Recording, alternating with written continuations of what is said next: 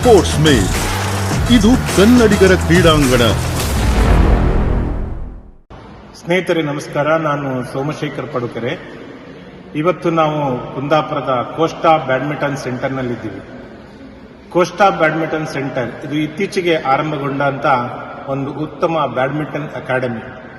ಕೇವಲ ಆಡುವುದಕ್ಕೆ ಮಾತ್ರ ಹುಟ್ಟಿಕೊಂಡಂತ ಅಕಾಡೆಮಿ ಇದಲ್ಲ, ಬದಲಾಗಿ ಭವಿಷ್ಯದ ಆಟಗಾರರನ್ನು ರೂಪಿಸಲಿಕ್ಕೋಸ್ಕರ ಹುಟ್ಟಿಕೊಂಡಂತ ಅಕಾಡೆಮಿ ಇದಾಗಿದೆ.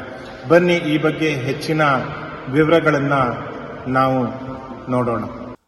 ಗ್ರಾಮೀಣ ಪ್ರದೇಶದಲ್ಲಿ ಕ್ರೀಡೆಗಳಿಗೆ ಹೆಚ್ಚಿನ ಪ್ರೋತ್ಸಾಹ ನೀಡಬೇಕೆಂಬ ಉದ್ದೇಶದೊಂದಿಗೆ ಹುಟ್ಟಿಕೊಂಡ ಕೋಸ್ಟಾ ಬ್ಯಾಡ್ಮಿಂಟನ್ ಸೆಂಟರ್ ಇಂದು ಕುಂದಾಪುರ ತಾಲೂಕಿನಲ್ಲೇ ಉತ್ತಮ ಅಕಾಡೆಮಿಯಾಗಿ ಬೆಳೆಯುತ್ತಿದೆ. ಈ ಶುಭ ಸಂದರ್ಭದಲ್ಲಿ ಸಂಸ್ಥೆಯ ಮಾಲೀಕರಾದ ಅಜಿತ್ ಕೋಸ್ಟಾ ಅವರು ತಾನು ಕಲಿತ ಬಡಾಕೆರೆ ಸರ್ಕಾರಿ ಹಿರಿಯ ಪ್ರಾಥಮಿಕ ಶಾಲೆಯ ಮಕ್ಕಳಿಗೆ ಉಚಿತ ಬ್ಯಾಡ್ಮಿಂಟನ್ ತರಬೇತಿ ನೀಡಲು ನಿರ್ಧರಿಸಿದ್ದಾರೆ. ಈ ಹಿನ್ನೆಲೆಯಲ್ಲಿ ಕುಂದಾಪುರ ವಲಯ ಬಡಾಕೆರೆ ಸರ್ಕಾರಿ ಪ್ರಾಥಮಿಕ ಶಾಲೆಯ ಮುಖ್ಯೋಪಾಧ್ಯಾಯರಾದ ಸೀತಾರಾಮ ಶೆಟ್ಟಿ ಅವರೊಂದಿಗೆ ಮಾತುಕತೆ ನಡೆಸಿ ಸಂಪೂರ್ಣ ಮಾಹಿತಿಯನ್ನು ಅವರಿಗೆ ನೀಡಿ ಆ ನಂತರ 40 ಮಕ್ಕಳನ್ನು ಆಯ್ಕೆ ಮಾಡಿದ್ದಾರೆ. ಆ ಮಕ್ಕಳಿಗೆ ಪ್ರಾಥಮಿಕ ಹಂತದ ತರಬೇತಿ ನೀಡಿ ಅವರಲ್ಲಿ ಸಶಕ್ತರು, ಸಮರ್ಥರು ಹಾಗೂ ಆಸಕ್ತಿ ಇರುವ 20 ವಿದ್ಯಾರ್ಥಿಗಳನ್ನು ಆಯ್ಕೆ ಮಾಡಿ ಅವರಿಗೆ 4 ತಿಂಗಳ ಕಾಲ ತರಬೇತಿ ನೀಡಲು ತೀರ್ಮಾನಿಸಲಾಗಿದೆ. ಈವಾಗಲೇ 20 ಮಕ್ಕಳನ್ನು ಆಯ್ಕೆ ಮಾಡಲಾಗಿದೆ. ಅವರಿಗೆ ಉಚಿತ ಟೀ ಶರ್ಟ್, ಬ್ಯಾಟ್ ಮತ್ತು ಬ್ಯಾಡ್ಮಿಂಟನ್ ಶೂಗಳನ್ನು ನೀಡಲಾಗಿದೆ ಮತ್ತು ಅವರಿಗೆ ಮಧ್ಯಾಹ್ನದ ಉಪಹಾರ ವ್ಯವಸ್ಥೆಯನ್ನು ಕೂಡ ಮಾಡಲಾಗಿದೆ. ಈ ಸಂದರ್ಭದಲ್ಲಿ ಮಾತನಾಡಿದ ಶಾಲೆಯ ಮುಖ್ಯೋಪಾಧ್ಯಾಯರಾದ ಸೀತಾರಾಮ್ ಶೆಟ್ಟಿ ಅವರು, ಅಜಿತ್ ನಮ್ಮ ಶಾಲೆಯ ಹಳೆಯ ವಿದ್ಯಾರ್ಥಿ. ದೂರದ ವಿದೇಶದಲ್ಲಿ ಕೆಲಸ ಮಾಡುತ್ತಿದ್ದರೂ ಇಲ್ಲಿರುವ ಮಕ್ಕಳ ಬಗ್ಗೆ ಅವರು ತೋರಿರುವ ಕಾಳಜಿ ಗಮನಾರ್ಹ. ಕೋಸ್ಟಾ ಬ್ಯಾಡ್ಮಿಂಟನ್ ಸೆಂಟರ್ ಆರಂಭಗೊಂಡು ಕೆಲವು ತಿಂಗಳು ಕಳೆಯುವಷ್ಟರಲ್ಲಿ ಅವರಿಗೆ ತಾನು ಕಲಿತ ಶಾಲೆಗೆ ಏನಾದರೂ ಮಾಡಬೇಕೆಂಬ ಆಶಯ ವ್ಯಕ್ತವಾಗಿರುವುದು ಖುಷಿಯ ಸಂಗತಿ. ಅಭಿವೃದ್ಧಿಯೇ ದೇಶದ ಅಭಿವೃದ್ಧಿ. ಇಲ್ಲಿ ಮಕ್ಕಳು ಉತ್ತಮ ರೀತಿಯಲ್ಲಿ ಕಲಿತು ರಾಜ್ಯ ಮತ್ತು ದೇಶವನ್ನು ಪ್ರತಿನಿಧಿಸಿದರೆ ಅದೇ ಸ್ಮರಣೀಯ. ಸುಮಾರು 40 ಮಕ್ಕಳನ್ನು ಆಯ್ಕೆ ಮಾಡಿಕೊಟ್ಟಿದ್ದೇವೆ. ಅದರಲ್ಲಿ ಉತ್ತಮ ರೀತಿಯಲ್ಲಿ ಆಟಕ್ಕೆ ಹೊಂದಿಕೊಳ್ಳುವ 20 ಮಕ್ಕಳಿಗೆ ಉಚಿತ ಆಹಾರ, ಟೀ ಶರ್ಟ್, ಬ್ಯಾಟ್ ಮತ್ತು ಶೂ ನೀಡಿ ಅವರನ್ನು ಸಜ್ಜುಗೊಳಿಸುವ ಜವಾಬ್ದಾರಿ ಹೊತ್ತಿರುವ ಕೋಸ್ಟಾ ಬ್ಯಾಡ್ಮಿಂಟನ್ ಸೆಂಟರ್ಗೆ ಯಶಸ್ಸಿಗಲಿ. ತಾನು ಕಲಿತ ಶಾಲೆಯನ್ನು ಮರೆಯದೆ ಇಲ್ಲಿಯ ಮಕ್ಕಳ ಬಗ್ಗೆ ಅವರು ತೋರಿದ ಕಾಳಜಿಗೆ ನಾವು ಯಾವಾಗಲೂ ಚಿರಋಣಿ ಎಂದು ಶೆಟ್ಟಿ ಅವರು ಹೇಳಿದ್ದಾರೆ.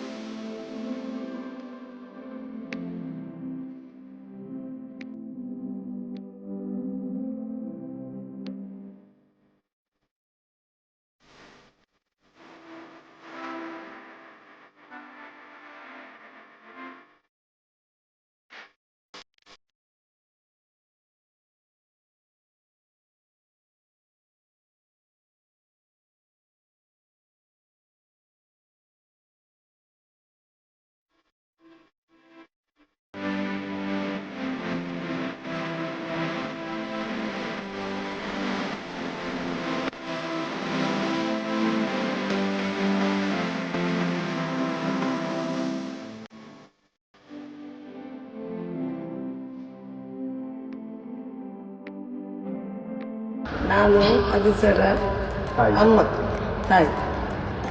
ನಾನು ಅವನಿಗೋಸ್ಕರ ಅವನಿಗೆ ತುಂಬ ಆಟ ಅಂದರೆ ಭಾರಿ ಖುಷಿ ಅವನಿಗೆ. ಮತ್ತು ತುಂಬ ಕೆಲಸ ಆಡಲಿಕ್ಕೆ ನಮಗೆ ಆವಾಗ ಎಲ್ಲರಿಗೂ ಆಡಲಿಕ್ಕೆ ಇರಲಿಲ್ಲ, ಆಡಲಿಕ್ಕೂ ಅಪ್ಪ ಬಿಡಲಿಲ್ಲ. ನಾವು ತುಂಬ ಕೆಲಸ ನಮಗೆ. ಆದುದರಿಂದ ಅವನಿಗೆ ಆಟದ್ದು ಅಷ್ಟು ಸೌಲಭ್ಯ ಸಿಗಲಿಲ್ಲ. ಆದರೂ ಆವಾಗ ಅಷ್ಟು ಇರಲಿಲ್ಲ. ಅವನಿಗೆ ಒಂದು ಮಾಡಬೇಕನ್ನೋ ತುಂಬ ಆಸೆ ಇದ್ದಿತ್ತು. ಅವನಿಗೆ ಭಾರಿ ಕಷ್ಟದಲ್ಲಿ ಇದ್ದವನು. ಆದರೂ ನಿಮಗೋಸ್ಕರ ಎಲ್ಲರಿಗೂ ಒಂದು ಆಡಲಿಕ್ಕೆ ಏನಾದ್ರು ಮಾಡುವ ಅಂತೇಳಿ ಭಾರಿ ಕಷ್ಟಪಟ್ಟು ಇದು ನಿಮಗೋಸ್ಕರ ಎಲ್ಲರಿಗೋಸ್ಕರ ಅವನೊಂದು ರೆಡಿ ಮಾಡಿದ.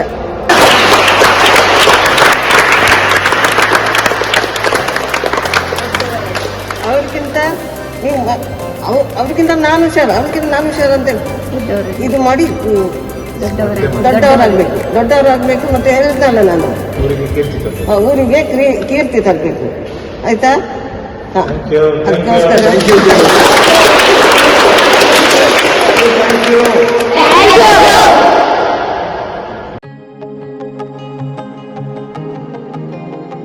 ಪ್ರಿಯ ಮಕ್ಕಳೇ, ನೀವು ಈ ಟೈಮಲ್ಲಿ ಹುಟ್ಟಿದ್ದೀರ. ನಿಮ್ಮ ಲೈಫ್ ಡಿಫ್ರೆಂಟ್.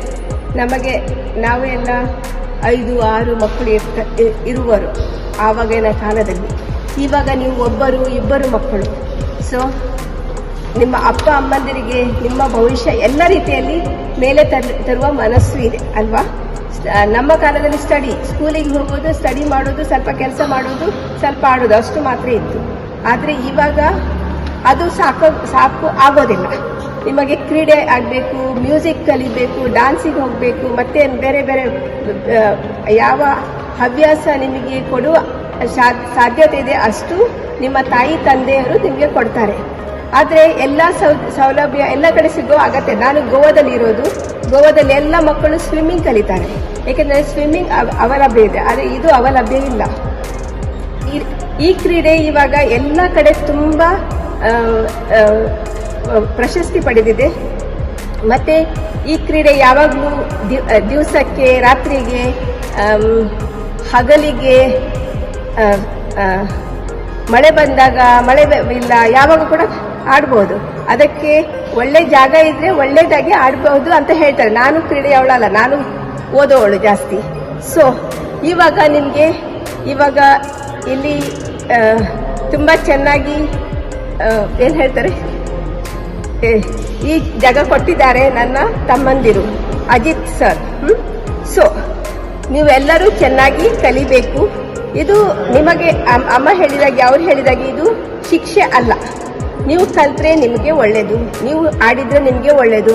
ನಮ್ಮ ಬಾಡಿಗೆ ನಾವು ಊಟ ಮಾಡಬೇಕು, ಹಾಗೆ ನಾವು ಕೆಲಸ ಕೂಡ ಕೊಡಬೇಕು ಅಲ್ವಾ? ಆವಾಗ ಮಾತ್ರ ನಾವು ಸ್ಟ್ರಾಂಗ್ ಆಗ್ತೇವೆ. So all the best for all of you. Study well, do well, and be good citizens. Okay?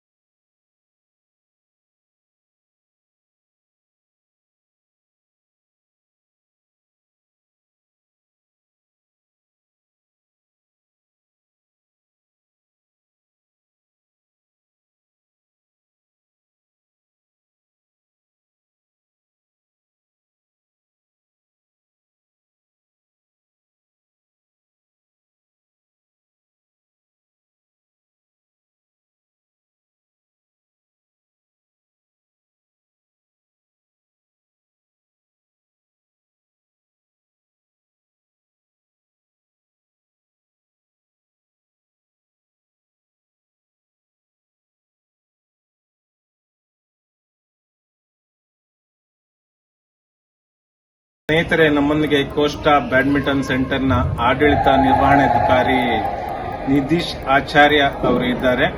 Nidhish, ಇಲ್ಲಿ ಯಾವ ತರದಲ್ಲಿ ನಿರ್ವಹಣೆ ಮಾಡ್ತಾ ಇದ್ದೀರಿ? ಈ ಒಂದು ಗ್ರಾಮೀಣ ಪ್ರದೇಶದಲ್ಲಿ ಈ ಬ್ಯಾಡ್ಮಿಂಟನ್ ಕೇಂದ್ರವನ್ನ ಯಾವ ತರದಲ್ಲಿ ನಡ್ಸ್ಕೊಂಡು ಹೋಗ್ತಾ ಇದ್ದೀರಂತ? ಸ್ಟಾರ್ಟ್ ಆಗಿ ಒಂದು 3 ಮಂತ್ ಆಯಿತು. 3 ಮಂತಿಂದ ಒಳ್ಳೆ ಇಂಪ್ರೂವ್ಮೆಂಟ್ ಇತ್ತು. ತುಂಬ ಜನರು ಬರ್ತಿದ್ರು. ನಮ್ಮ ಕಾಂತಾರ ಮೂವಿ ಟೀಮ್ ಉಂಟಲ್ಲ, ಅವ್ರು ಸಹ ಬರ್ತಾರೆ, ಮೆಂಬರ್ಸ್ ಕೂಡ ಅವರು. ಮತ್ತು ತುಂಬ ಸಿಟಿಯಿಂದ ಕೂಡ ದೂರದಿಂದ ಬರ್ತಿದ್ರು. ಬೈಂದೂರು, ಬ್ರಹ್ಮಾವರ, ಉಡುಪಿಯಿಂದ ಒಬ್ಬರು ಬರ್ತಿದ್ರು, ಬ್ರಹ್ಮಾವರ, ತೆಕ್ಕಟ್ಟೆ ಮತ್ತು ಹಾಲಾಡಿ, ಆಮೇಲೆ ಕುಂದಾಪುರ ಸಿಟಿಯಿಂದ ಕೂಡ ಬರ್ತಾರೆ. ತುಂಬ ಜನ ಸಿಟಿಯಿಂದ ಬರ್ತಾರೆ ಹುಡುಕಿ. ಮತ್ತು ಒಳ್ಳೆಯ ರಿವ್ಯೂ ಕೂಡ ಇದೆ. ಗೆಸ್ಟ್ಸ್ ಮತ್ತು ಗೆಸ್ಟ್ ಪ್ಲೇಯರ್ಸ್, ವಿಸಿಟರ್ಸ್ ತುಂಬ ಜನ ಬರ್ತಾರೆ. ಇಲ್ಲಿ ಫೆಸಿಲಿಟೀಸ್ ಏನೆಲ್ಲ ಕೊಡ್ತೀರಿ ಅಂತ ಹೇಳಿದ್ರೆ, ಫಾರ್ ಎಕ್ಸಾಂಪಲ್ ನನ್ನ ಹತ್ರ ಶೂಸ್ ಇಲ್ಲ, ಇವಾಗ ಅದು ನಾನ್ ಮಾರ್ಕೆಬಲ್ ಶೂಸ್ ಇಲ್ಲ, ಅಂತದ್ರಲ್ಲಿ ವ್ಯವಸ್ಥೆ ಇದೆ? ನಮ್ಮಲ್ಲಿ ರೆಂಟಿಗೆ ರ್ಯಾಕೆಟ್ಸ್ ಮತ್ತು ಶೂಸ್ ರೆಂಟಿಗೆ ಅವೈಲೇಬಲ್ ಉಂಟು. ಮತ್ತು ಪಾರ್ಕಿಂಗ್ ಫೆಸಿಲಿಟೀಸ್, ಶವರ್ ಮತ್ತು ವಾಶ್ರೂಮ್ ಫೆಸಿಲಿಟೀಸ್, ಮತ್ತು 3 ಕೋರ್ಟ್ ಇದೆ ನಮ್ಮಲ್ಲಿ. Court number 1, court number 2, court number 3, 3 court ಇದೆ.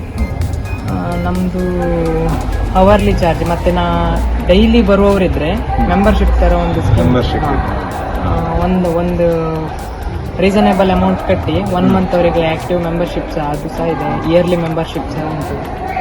ಟೋಟಲಿ ಹೇಗಿದೆ ಈಗ ಒಂದು ಹಳ್ಳಿ ಪ್ರದೇಶದಲ್ಲಿ ಆರಂಭಗೊಂಡಂತ ಈ ಅಕಾಡೆಮಿ ಸೆಂಟರು, ಬ್ಯಾಡ್ಮಿಂಟನ್ ಸೆಂಟರ್, ಇವಾಗ ನಿಮ್ ಪ್ರಕಾರ ಬೀಯಿಂಗ್ ಎ ಯಂಗ್ ನಿರ್ವಹಣೆ ಮಾಡ್ತಾ ಇದ್ದೀರಾ, ನಿಮ್ಗೆ ಹೇಗೆ ಅನಿಸ್ತಾ ಇದೆ? It's okay or what? It's very good. Very good. Okay, thank you Nidhish ಆಚಾರ್ಯ.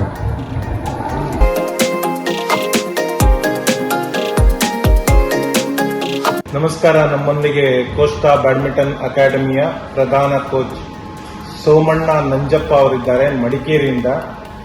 ಅವರು ಇಲ್ಲಿಯ ವ್ಯವಸ್ಥೆ ಹೇಗಿದೆ ಅನ್ನೋದ್ರ ಬಗ್ಗೆ ನಮ್ಮೊಂದಿಗೆ ಅವರ ಅನುಭವವನ್ನ ಹಂಚಿಕೊಳ್ಳಿದ್ದಾರೆ. ಸರ್ ನಮಸ್ಕಾರ. ನಮಸ್ತೆ ಸರ್. ಸರ್, ಹೇಗೆ ನಡೀತಾ ಇದೆ ಇಲ್ಲಿ ತರಬೇತಿ? ಹಾಂ ಸರ್, ನಾನು ಆ್ಯಕ್ಚುಲಿ ಹೇಳಬೇಕು ಅಂತ ಹೇಳಿದ್ರೆ, ಫಸ್ಟ್ ತರಬೇತಿಗಿಂತ ಮೇನ್ ಹೇಳಬೇಕು ಅಂತ ಹೇಳಿದ್ರೆ, ನನಗೆ ಅವಕಾಶ ಕೊಟ್ಟಂಥ ಒಂದು ಕೋಚ್ ಆಗಿ ಇಲ್ಲಿ ಕರ್ಕೊಂಡು ಈ ಕೋಸ್ಟಾ ಬ್ಯಾಡ್ಮಿಂಟನ್ ಸೆಂಟರಿಗೆ ಫಸ್ಟ್ ನನಗೆ ಒಂದು ಅವಕಾಶ ಕೊಟ್ಟಂಥ mister Ajit sir and mister Royal sir ಅವರಿಗೆ ನನ್ನ ಒಂದು ಥ್ಯಾಂಕ್ಸ್ ಹೇಳಲಿಕ್ಕೆ ನಾನು ಇಷ್ಟಪಡ್ತೇನೆ. ಅದಾದಮೇಲೆ ನಾನು ಡೇ ಬೈ ಡೇ ಸ್ಟಾರ್ಟ್ ಮಾಡ್ಕೊಂಡು ಹೋದೆ. ನನಗೆ ಇಲ್ಲಿದು ಕೋಸ್ಟಾ ಬ್ಯಾಡ್ಮಿಂಟನ್ದು ಯಾವ ಥರ ಇದೆ, ಅಟ್ಮಾಸ್ಫಿಯರ್ ಹೆಂಗಿದೆ, ಪ್ಲೇಯರ್ಸ್ ಹೇಗಿದ್ದಾರೆ ಅದೆಲ್ಲ ನಾನು ನೋಡ್ಕೊಂಡು ಹೋದೆ.